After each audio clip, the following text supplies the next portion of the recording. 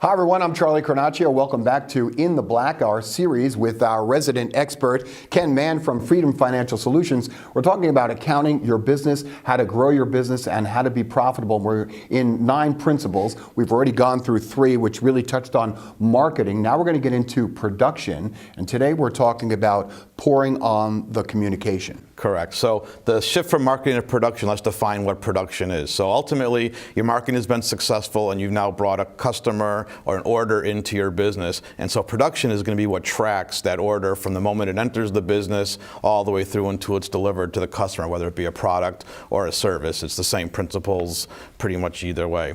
So what does production entail? It's going to be wrapped around your shipping, how do you get the process out, your billing. I mean, we know customers that can take months before, or clients who take months before they bill their customers, and that causes cash flow problems.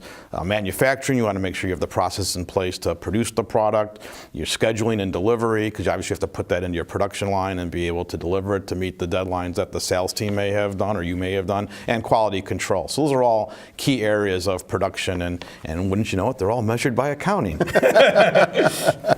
But you're right into your wheelhouse. But this whole process is an internal process. Correct. And so there are different levels of this internal process. And let's start with the first one, which is the casual process. Yeah, so we're talking about communication, and what we're specifically addressing here is the need to communicate to your employees and to your vendors. And there's going to be 3 different levels. So the first one is casual. That's just basically unscheduled conflict. So that's, as a business owner, you just kind of walk in to your employee's office that day and say, hey, how's it going? And you have any questions, anything I can do to help?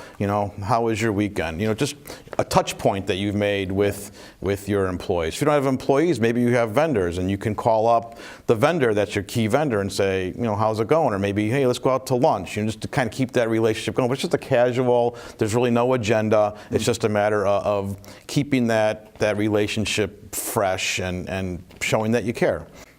And then the second one is more of an informal. Yeah, so this is where you're actually communicating business ideas now with your employees, but you're doing it not in such a formal session, but more of an informal session. So what do we mean by informal? Maybe in the past you've seen a lot of companies that put out company newsletters. So once a week, once a month, they have an internal communication to their employees. Maybe they schedule a company activity like a picnic or something of that nature. They go out for drinks every Friday night or once a month or something like that. What's becoming really popular in businesses are these weekly standing meetings. So every business the employees, the key employees get together once a week, maybe for 15 minutes. They don't sit down, they don't get around a conference table, they stand up, because when you stand up for a meeting, it kind of helps drive that it's going to be a quick meeting. Mm-hmm. And so it just comes in and say, okay, you're doing this, you're doing this, you're doing this, anyone have any questions, what can we do to help? And another term that's kind of becoming popular in the industry is called a scrum.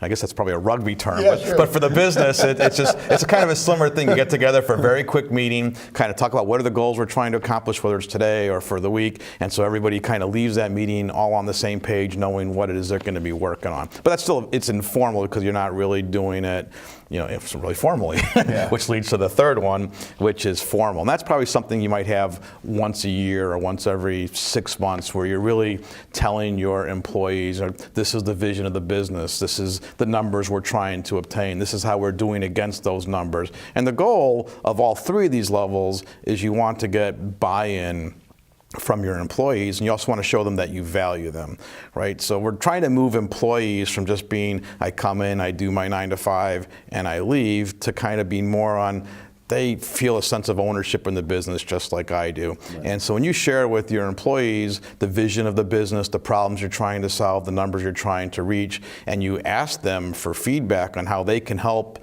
in that process, now they don't just think they're collecting a paycheck, now they feel like they're part of something. And ultimately, we're people. We want to feel like we're a part of something. Yeah, I think you're more vested, you yep. care more, you're more conscientious when you feel that you are part of it. To give you an example, and I'm going to give a shout out to a local business, but H.O. Penn, local business here, has 5 locations throughout the tri-state area, but their main location is in Poughkeepsie.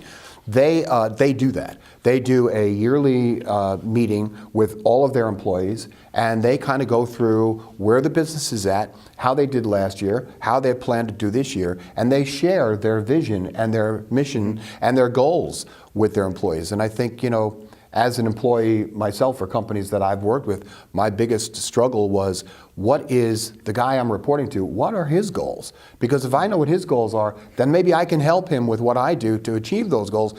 No one ever shares that, you know? So I think in what you're saying, in a much smaller scale, a small business, it's even more important because you're so intimate to begin with. Yeah. And maybe you're sitting here watching this thinking, well, I don't have any employees, but you may have vendors, for example. So someone that you need help with, and you send your product or your service out to someone else to work with. So you want to have those same kind of communications with them. Maybe the vendor is an expert in their field, and they can help you to realize how you can do things better, or how you can, or they may know a technology that you're not aware of that you can introduce to your business to help you do things better. So it's not just about employees, but it's anybody you really come in contact with that's going to help you to make your product or your service better, at higher quality, and control your costs.